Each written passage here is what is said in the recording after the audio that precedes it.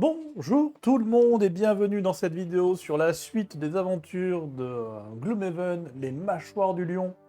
Nous sommes donc sur le deuxième scénario qui fait suite directement au tout premier. Comme nous l'avons vu lors de la dernière session, on est toujours sur un niveau de tutoriel qui nous permet d'apprendre un petit peu les mécaniques de jeu. Là, la particularité de celui-ci, c'est qu'on nous dit en gros d'enlever les cartes, euh, donc de rajouter. On nous dit de rajouter dans notre paquet les deux cartes avec le petit B à la place du A qui portent le même nom. C'est-à-dire qu'on remplace la même carte par sa version améliorée.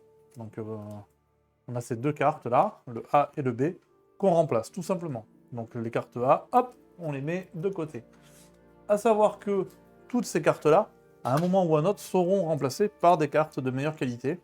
Donc qu'est-ce que celle-ci rajoute? Eh bien tout simplement, là sur l'attaque de 3, maintenant on est sur une zone, on va dire devant le personnage. Alors comment ça fonctionne ces zones-là? C'est tout simple, c'est le point gris représente le personnage, les deux petites bulles rouges représentent la zone d'effet de l'attaque. Je crois pas que le garde rouge ait ça. Non, lui il a d'autres mécaniques de jeu. Lui par exemple sur son attaque à portée de 2, maintenant il peut faire ce qu'on appelle une traction. C'est ce que je pensais faire dans le premier scénario, mais en fait je l'avais pas encore. Donc il peut ramener les ennemis sur lui. Ce nouveau scénario qui est en place ici, qu'est-ce qu'il va introduire? Alors, c'est tout simple. On a les pions monnaies qui ont été introduits. Donc là, on a posé les pions monnaies, on en a un peu partout sur le sol. Ce qui est intéressant aussi, c'est que maintenant, lorsque l'on tue un ennemi, quel qu'il soit, il tombera forcément un pion monnaie. Donc c'est-à-dire que lorsqu'on tue, on enlève la figurine, à la place, on met un pion monnaie. C'est du loot. Comment on récupère les pions monnaie une fois qu'ils sont au sol? Eh bien, il faut s'arrêter dessus. Il ne faut pas passer dessus. Si on ne fait que passer, on ne le récupère pas. Il faut s'arrêter. Si on s'arrête dessus, il y a une action de pillage qui est faite automatiquement. Ou sinon, il faut avoir une carte comme celle-ci qui nous indique pillage à portée de 1. Et ça veut dire qu'on va piller les icônes qui sont... Enfin, on va piller les cases qui sont adjacentes à notre personnage, adjacent de 1. Ok. Nous avons les tuiles pièges. Alors les pièges ici, c'est un genre de piège à loup sur lequel on indique les dégâts du piège. C'est-à-dire que là, on met un jeton 3 de dégâts pour indiquer que marcher dans ce piège inflige 3 points de dégâts. Les dégâts des pièges dépendent des niveaux de scénario. Ça veut dire que plus on va progresser dans le jeu et plus les pièges feront de dégâts. Nous avons les tuiles trésors, qui sont représentées ici par un coffre au trésor. Il faut le piller, donc soit s'arrêter dessus, soit être à une distance et utiliser une action pillage pour récupérer le trésor. Une fois qu'on récupère le coffre, on récupère instantanément l'objet qui est à l'intérieur. Enfin, si tant soit peu, il y a des objets. Des fois, ça peut être de l'or ou ça peut être des récompenses différentes. Qu'est-ce qu'ils nous indiquent aussi dans ce deuxième scénario? Ils nous introduisent les actions par défaut. Donc ça, on l'a vu dans le partie précédente parce que je l'ai fait plusieurs fois. Donc c'est les actions par défaut de la carte qui sont sur le côté ici. On a les actions de cartes perdues, puisqu'on va avoir des cartes qui, comme celle-ci, ont un symbole ici qui nous indique qu'une fois jouée, la carte est perdue. Ça veut dire que cette action ne peut la faire qu'une fois, et ensuite la carte, elle est mise de côté, on va dire mise de côté, perdue. C'est-à-dire qu'elle ne pourra plus être utilisée dans ce scénario-là. On nous introduit aussi la mécanique de poussée et de traction, donc pour ramener les ennemis sur nous ou les pousser en arrière. Ça, ce sont des compétences sur les cartes, comme ici. On fait un déplacement de 3 et on pousse l'adversaire qui est adjacent de nous. On a un nouvel état négatif qui est le désarmement. Alors les états sont représentés dans le jeu par ces icônes-là. Donc on aura différentes icônes qui représentent les différents états possibles, comme la confusion, le poison, la blessure, le renforcement, l'immobilisation, le désarmement et l'étourdissement. Donc voilà, c'est les différents états. Ça, on va pas, encore une fois, je vais pas jouer avec tous ces petits jetons. Ça fait beaucoup de manipulation, etc. Parce que, encore une fois, on va utiliser notre ami, l'application que j'ai mis cette fois-ci, hop, ici juste à côté. C'est elle qui va gérer les différents états des monstres. Et des personnages, bien évidemment. Ok? Paquet capacité de monstres. Maintenant, les monstres auront plus de mouvement et plus d'action que simplement les monstres du premier scénario qui étaient juste j'avance, je tape, j'avance, je tape. Là, ils vont avoir des petites variations et surtout des règles d'initiative différentes. Avant, ils étaient à 50, on pouvait anticiper. Maintenant, attention, ça va être différent. Potentiellement, ils pourront jouer avant parce qu'ils n'auront pas que 50 d'initiative. Et certains ennemis pourront attaquer à distance, c'est ce qu'ils nous introduisent là dans le livret. Alors, introduction de ce scénario. Les traces sont faciles à repérer. Les vermlings n'ont jamais été connus pour leur subtilité. Vous suivez les griffures et la piste d'un corps traîné pour vous retrouver au pied des murs de Havre-Nuit. Le soleil est très bas, mais quelque chose cloche. Ce n'est pas seulement une ombre projetée sur la partie inférieure du mur, c'est un trou. Les vermlings ont creusé un nid dans le mur lui-même. Mais quel boulot! Vous vous accroupissez et essayez de vous approcher discrètement. Mais des gardes doivent surveiller l'entrée. Un cri strident retentit. Puis quelques vermlings jaillissent de l'obscurité, brandissant des armes émoussées et de mauvaise qualité. Vous n'avez d'autre choix que de vous défendre. Heureusement, vous avez réussi à reprendre votre souffle. Mais vous aurez certainement besoin d'un long et agréable bain après cette épreuve. Règle spéciale. Assurez-vous que chaque aventurier ait échangé 2 de ses cartes capacités marquées d'un A contre les cartes B du même nom. La main de départ comporte toujours 6 cartes. Sans plus attendre les amis, on enchaîne. On va faire ça assez rapidement. Alors j'ai mis la fenêtre de notre helper sur le côté. Donc sur le côté en bas à gauche. Je pense que c'est un peu mieux en termes d'image.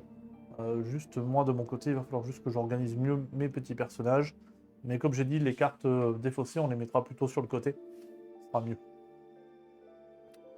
Alors, qu'est-ce qu'on va faire? Eh bien, qu'est-ce qu'on va faire? On va tout simplement prendre une carte, prendre 2 cartes et jouer. On a 2 vermlings qui sont pas loin, on a un piège qui est ici. Eh bien, c'est parti.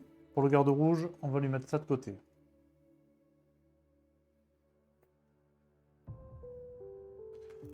Pour le lanceur de hache. Donc le garde rouge, là ce que je prévois de faire, c'est un déplacement de 3 pour venir le mettre ici ou ici. Et ensuite faire une attaque de 2, cibler tous les adversaires adjacents. C'est-à-dire qu'il peut taper les 2 bonhommes qui sont juste là. Pour le lanceur de hache, ce qui serait pas mal, ce serait de le pousser dans le piège qui est juste derrière lui. Allez, on va essayer comme ça. Avec lui, ce que j'aimerais faire, c'est tout simplement le déplacer, venir le mettre ici, pousser l'adversaire qui est là, le faire aller dans le piège, et d'ici, je peux l'attaquer à distance derrière. Donc il prendrait 3 de dégâts, plus une attaque à distance. Donc en fait, chacun va gérer son mob. Donc ce qu'on va faire, c'est que dans un premier temps, c'est le garde rouge qui va jouer, puisqu'il a 14 d'initiative, donc on va en effet mettre un petit peu les initiatives de chacun. Donc le garde rouge qui est à 14 d'initiative, lui il est à 24. On pioche les cartes des vermings, et attention, qu'est-ce qu'on a? Attaque 2, portée 2 sur 2 cibles. Ne se déplace pas ce round. Très bien. Et oui, puisqu'en fait, si sur la carte il n'y a pas écrit déplacement de temps, bah, il ne se déplace pas. Même si ici, il y a des valeurs de déplacement. Le garde rouge, comme on a dit, il va se déplacer, donc, fait un déplacement de 3 avec cette carte. Alors j'aime bien les mettre de côté, les cartes, une fois que je les ai jouées, pour pas me perdre. Donc déplacement de 3, 1, 2, 3, on va se mettre ici. On a vu ma touffe de cheveux là. Et comme le plateau de jeu est un peu loin, forcément, du coup, on avance un petit peu. Ok, il se met là, il fait son attaque de dégâts, cibler tous les adversaires adjacents. Il va d'abord attaquer le numéro 1. Donc, non, c'est pas ça. On sort ici nos cartes. Hop, première carte, attention. Plus 1. Donc 3 de dégâts sur le numéro 1. Numéro 1, 1, 2, 3. Et ensuite, le numéro 2, on lui fait moins 2. Donc je lui fais 0. Et lui, il a fini son tour. Maintenant, c'est au tour du lanceur de hache. Lanceur de hache, qu'est-ce qu'il fait? On a dit que lui, il faisait un déplacement de 3. Donc il va faire 1, 2, pas besoin d'aller plus. Et une poussée Donc c'est ici, déplacement de 3, poussée de 2, cible un adversaire adjacent. Donc lui, hop, je le pousse comme ça. Et il se met dans le piège. Donc du coup, ça veut dire que le piège est désamorcé. Hop. Et l'ennemi a pris 3 de dégâts. Donc là, on est sur le numéro 2. C'est con, hein, qu'il ait loupé le garde rouge. 3 de dégâts, on a dit. Parce que là, ça l'aurait tué. Tant pis. Voilà, ça c'était cette action-là. Et ensuite, on a ici attaque à 3 de distance, à 3 de portée. Donc du coup, je vais attaquer l'ennemi que j'ai poussé pour essayer de l'achever. Donc, hop. Donc ça fait 3 moins 1, 2. C'est le numéro 2. Il prend 2 de dégâts. Hop.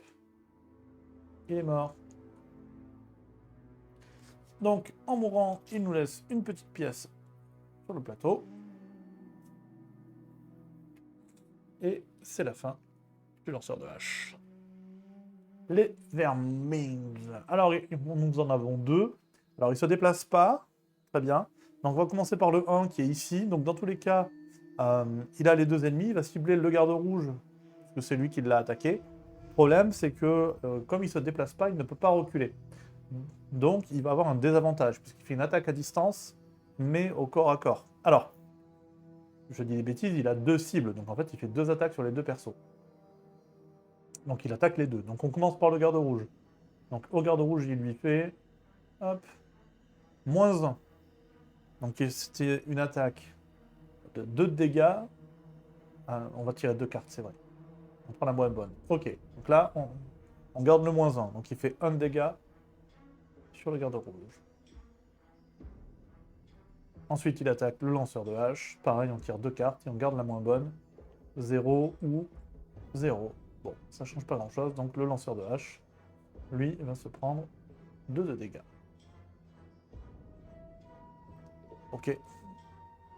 C'est à 2 de portée. 1, 2. Donc là, c'est ici maximum. Donc lui, il ne touche pas. Nouveau tour.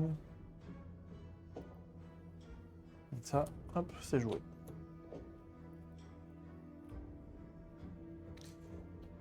Nouveau tour, nouveau tour. Donc, ce serait bien que le garde rouge finisse celui-là et que le lanceur de hache aille s'occuper du vermine au loin, le numéro 5. Pire, tant pis, je lui fais ça. Juste pour pouvoir le buter. Et ensuite, on fait ça pour avoir un petit pillage. Par contre, 40... Après, je vais jouer tard, hein, mais c'est pas grave. Le lanceur de hache, j'aimerais bien qu'il aille tuer celui qui est au fond là-bas. Ok, on va essayer un truc comme ça. Tac. Donc là, qu'est-ce que je prévois de faire Lui, je vais le déplacer. Et en fait, il peut attaquer 3 cibles à 2 de portée. Non, 2 cibles à 3 de portée. En me mettant là, 1, 2, 3, 1, 2, 3. En fait, je touche les 2. Donc, je vais essayer de me mettre ici et attaquer les 2. D'ailleurs, j'ai oublié de faire que celui il avait joué. Hop, round suivant. Donc alors, on a 41 pour le garde rouge. Je prends toujours la plus petite. Le lanceur de hache, il est à 18. Et donc, les vermings sont à 85. Qu'est-ce qu'ils font? Pousser de 1, cibler tous les adversaires adjacents. Et ensuite, ils font une attaque de 3 à 2 de portée. Mélanger ce paquet à la fin du round. Donc ça, c'est parce que c'est pour nous introduire que cette carte, une fois qu'on l'a tirée, on la remélange. Bon, donc du coup, c'est le chasseur de hache. Donc il va se déplacer de 5. Donc là, il va faire 1, 2, 3. Si tu me mets là, ça fait 1, 2, 1, 2, 3. En vrai, je peux rester sur la pièce pour la prendre et je peux cibler les deux. Ou alors... 1, 2, 3. 1, 2, 3. Oui, ça marche aussi. Non, mais je vais faire ça. Je vais rester là, pas besoin de m'avancer plus. Hop, déplacement. Et ici, on va faire attaque 2, 3 de portée sur 2 cibles. Donc, je vais d'abord attaquer le numéro 1. Donc, on va tirer une carte pour le monstre numéro 1. Plus 0. Donc, je lui fais 2 de dégâts. Donc, lui, hop, il meurt. On va quand même noter qu'on l'a tué. Tac, tac. Et il nous fait tomber une pièce. Et ensuite, une deuxième carte. Bon, celui qui est au loin là-bas, plus 1. Ça fait 3 de dégâts. Il était full vie. 1, 2, 3. Mais c'est pas mal. Et c'est la fin de son tour. Et donc là, par défaut, il récupère la pièce qui était sous lui. Tac. Jusqu'à la fin de son tour, on a un piège automatique. D'ailleurs, le piège 1. Bon, on va le noter comme ça, je pense. Du coup, le garde rouge. Bon. Le garde rouge, ça change un petit peu la donne. Parce que là, 1, 2, 3, là, je ne le touche pas. Donc, ce que je peux faire, c'est me mettre ici, avec le déplacement... Non, avec celui-là, forcément, de déplacement. Puisque là, attaque 3, portée de 2 et une traction. Donc là, ici, un déplacement natif. Juste de 1, ça suffit, ça me met sur la pièce. Et ça me permet d'être 1, 2, 3 à 3 de portée. Pour faire 3 de dégâts, 2 de portée. Ah putain, c'est 2 de portée. Donc tant pis pour la pièce. Il va se mettre là. Il va se mettre là, 2 de portée. Et avec une traction, si jamais ça ne le tue pas, au moins je le ramène vers moi. Donc là, on tire une carte. 3 de dégâts. Moins 1, ça fait 2. 2. Il est mort. Il est mort. Donc pareil, paf. On met une pièce à sa place. Bon bah du coup, pas besoin de le tracter puisqu'il est mort. Donc ça c'est pareil, c'est des points de règle que je ne sais pas trop. Est-ce que même si je tue l'ennemi, je le tracte quand même? Est-ce que je tracte son cadavre? Est-ce que ça active le piège? Dans certaines situations, c'est pratique parce que des fois, les pièges nous bloquent le passage. Mais là, je ne sais pas. Et voilà. Alors, il nous reste 2 cartes avec chacun. Enfin, 2 cartes à chacun. Donc là, on n'a pas trop le choix. Par contre, comme on peut voir, on a tué les ennemis qui étaient sur la partie haute du tableau. Ici, on a une barricade et une porte fermée avec, là j'ai mis un petit point d'exclamation. Qu'est-ce que ça veut dire? Ça veut dire qu'en fait, on n'active et on ne dévoile les ennemis de cette zone que lorsqu'on traverse la porte. Donc ça veut dire que là, tant que j'ouvre pas la porte, mes persos peuvent se promener librement. Donc je vais les activer, ils vont faire leur vie, mais au moment où j'ouvre la porte, alors on active les ennemis qui étaient derrière. 87, 90, 25, 51. Bon, ben... On va prendre 25, et on va prendre 87. Déplacement de 4, plus un pillage. Ou alors, déplacement de 2, déplacé. Bah, tant pis, il va faire le Pekini, il va venir là. Pour récupérer sa pièce. Et c'est tout. Et c'est tout. Ouais, je saute ce tour. Par contre, lui, déplacement de 4. Donc il va faire 1, 2. On ouvre la porte. Alors, je ne sais pas comment je lui représente dans l'application que j'ai ouvert la porte. Utiliser le bouton plus pour générer des monstres, ok.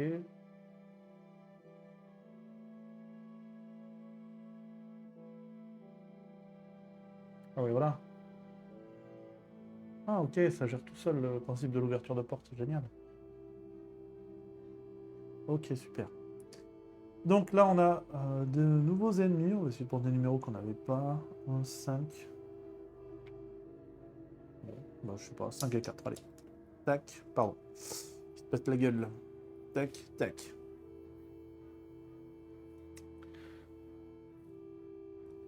Donc, eux, ils vont s'activer. Si l'initiative des monstres révélés est inférieure à celle de l'aventurier qui les révèle, ils agissent immédiatement après le tour de cet aventurier. Ok. C'est bien de se revoir un peu les bases. Bon. Donc, j'ai fait 2 déplacements pour pouvoir me mettre ici. Je suis sur un déplacement de 4, donc je vais faire les 2 qui me restent. 1, 2, venir ici. Donc je saute dans le tas. Et du coup, je vais faire une attaque de 2 au corps à corps, cibler un adversaire à 2 hexagones ou moins pour le désarmer. Bon, je n'ai pas besoin de le mettre à 2 hexagones ou moins. Il est sur moi, c'est très bien. Donc du coup, celui-là, je vais l'attaquer et je vais le désarmer. Tout simplement. Donc je vais lui faire une attaque ici, on a dit 2 de dégâts. Hop, moins 1, donc 1 de dégâts. Donc c'est pas terrible, c'est le numéro 4, celui-ci. Ah, je n'ai pas mis les numéros sur ce nouveau monstre. Hop, donc le numéro 4, je lui fais que 1 de dégâts, mais par contre, il est désarmé. Ne peut pas attaquer, retirer à la fin du tour suivant. Tac. Et là, j'ai fini mon tour. Bah non, qu'est-ce que tu fais? Ah oui, parce qu'il a du mal à comprendre que j'ai petit d'abord. Ok, c'est pas grave. Ok. J'ai un petit doute. Et j'ai tendance à dire que ce serait pas faire de faire comme ça. 1, 2, 3. 3 dégâts à 2 de portée. Ok, ça toucherait pas. Allez, j'ai tendance à dire que ce serait plutôt ça, la mécanique, même si j'ai un doute, vous me direz dans les commentaires. Mais je vais pas le faire attaquer, par contre, je vais lui faire faire la poussée. Parce que ça me dit qu'il ne peut pas attaquer. Pour moi, attaquer, c'est juste l'action qu'il y a sur la carte, attaquer. Donc, ce qu'il va faire, c'est que pour autant, il va pousser tous les ennemis adjacents. Il va le pousser, il va le mettre dans le piège. En le mettant dans le piège, hop, on enlève le piège. Merde. Et du coup, le personnage prend 3 de dégâts du piège. Donc le garde rouge va se prendre 3 de dégâts. Hop, 1, 2, 3 du piège. Ensuite, lui, il ne peut plus jouer. C'est terminé. Celui-là ne peut rien faire parce qu'il est trop loin. Il ne se déplace pas parce qu'il n'a pas écrit sur sa carte qu'il se déplace. Il tape à 2 de portée. 1, 2, c'est trop court. Il tape que là maximum. Donc, fin de leur tour. Là, on n'a plus de cartes, donc on est obligé de faire le repos court. Hop, ça implique de prendre une des cartes et de la retirer définitivement. Soin 2, portée 2. Ah, c'est dommage, c'est le soin. Bon, après, il a pris pas mal de dégâts, mais bon, il lui reste 6 PV. On est pas mal.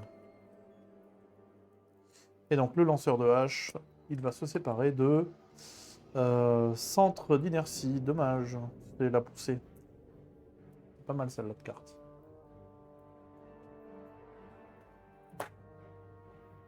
Alors, le garde rouge, qu'est-ce qu'il peut faire? Je vais mettre celle-là déjà. Attaque 2, attaque 2, attaque 2. Attaque 3, traction. On va prendre celle-là. Parce qu'elle a une grosse initiative, donc on va l'utiliser maintenant. On l'accumule avec le 14. Le lanceur de hache, il est loin, donc il aimerait bien se rapprocher. Ben ça, c'est pas mal. 5 de déplacement. 5 de déplacement, attaque 3, portée de 3. Attaque 2. Allez, on fait ça. On fait ça, il y en a des petites initiatives. Donc, le garde rouge, il est à 14 d'initiative. Lui, il est à 18 d'initiative.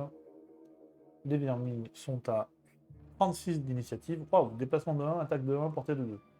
Pas mal en fait ce qu'ils vont faire là.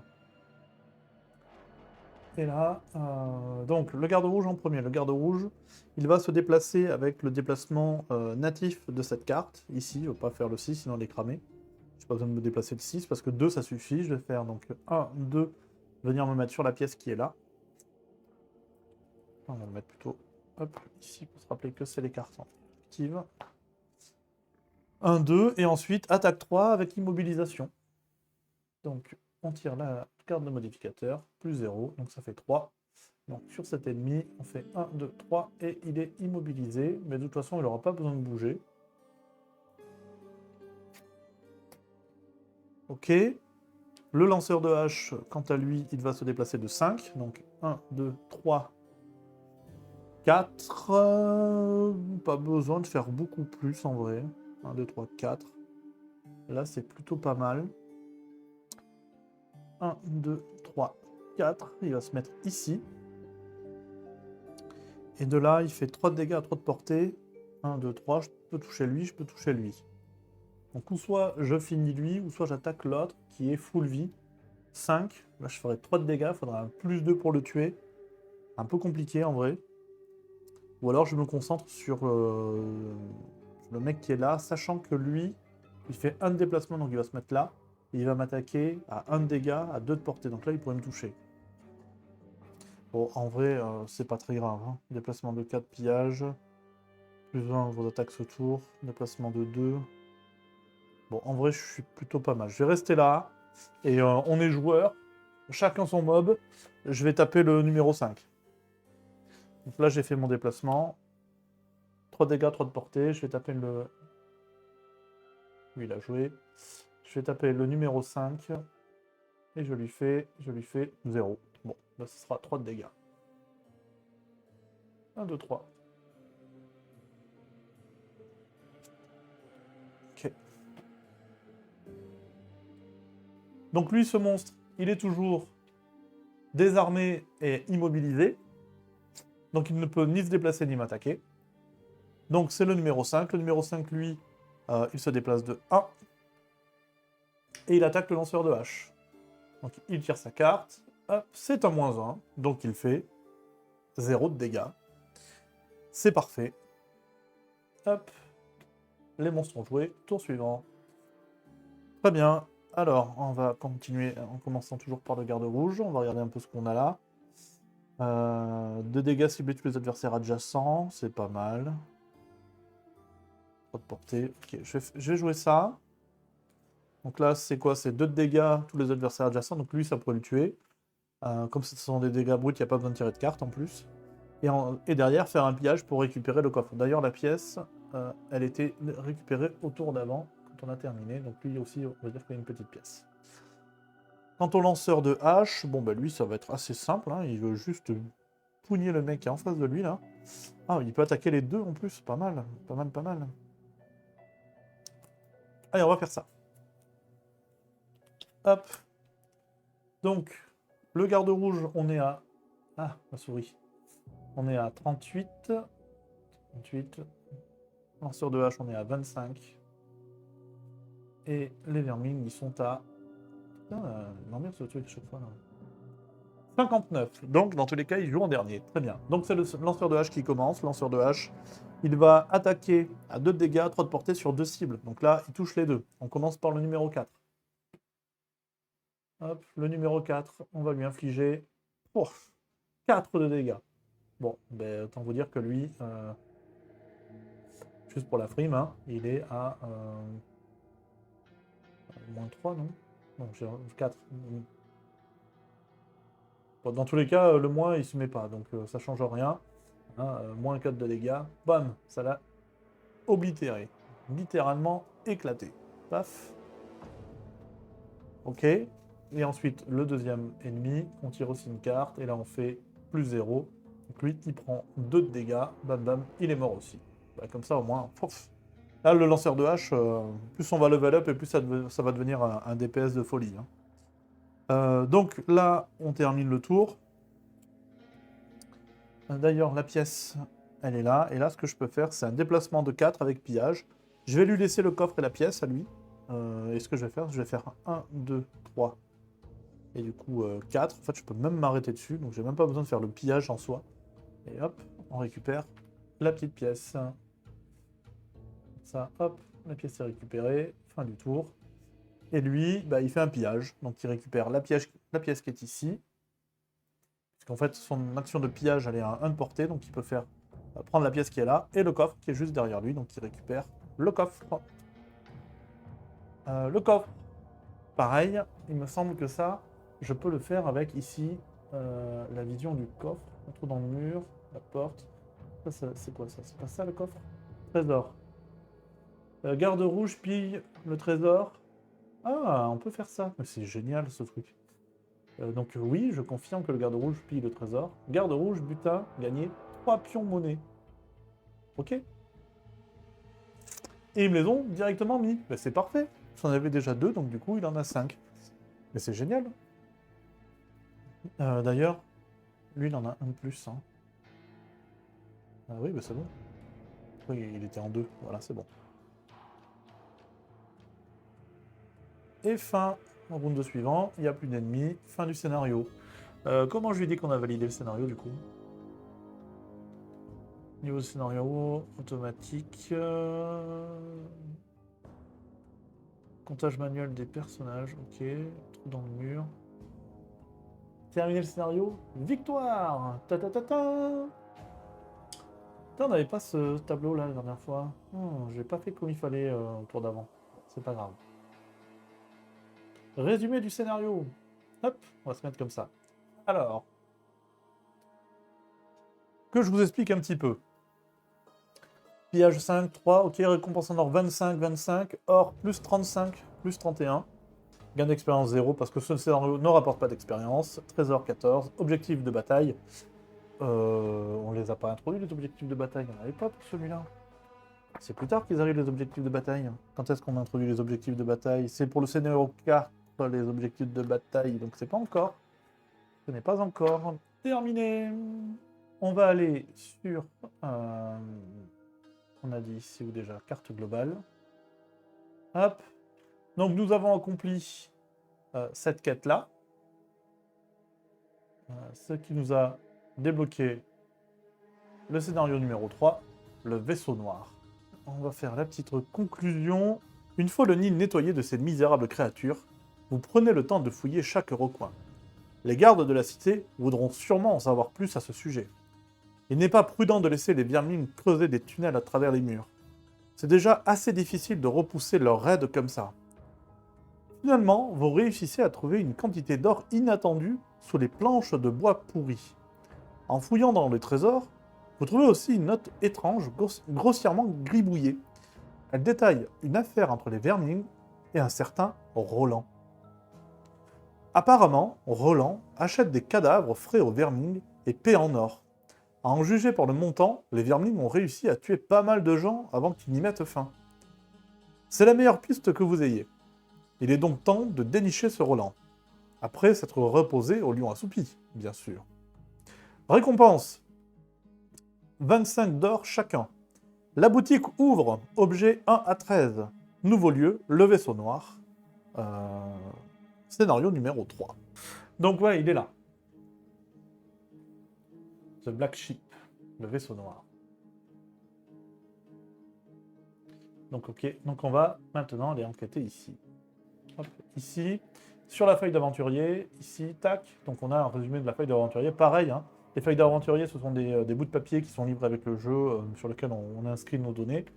Nous, on va passer sur cette version numérique, c'est 1000 fois mieux. Ok, donc là, sur la feuille, on a la possibilité d'en être dans la boutique. Boutique garde rouge, 35 d'or. Ben voilà, en fait, j'ai pas besoin des cartes. Je peux le faire avec ça. Donc, lui, je veux qu'il achète le casque de fer. Hop, pour 20 pièces d'or. Il lui reste 15. Donc là, pour l'instant, il va les garder. Hop, ça va très bien.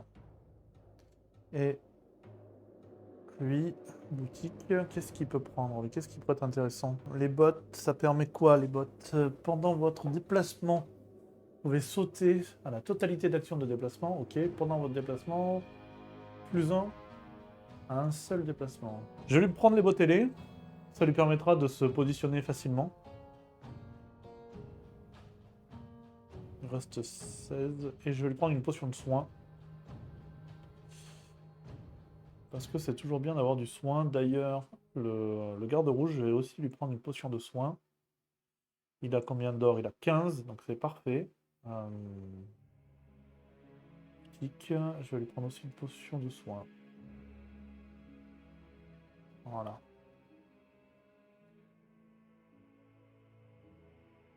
Qu'est-ce que je veux faire? Potion de soin. Et lui. Botte ailée, potion de soin.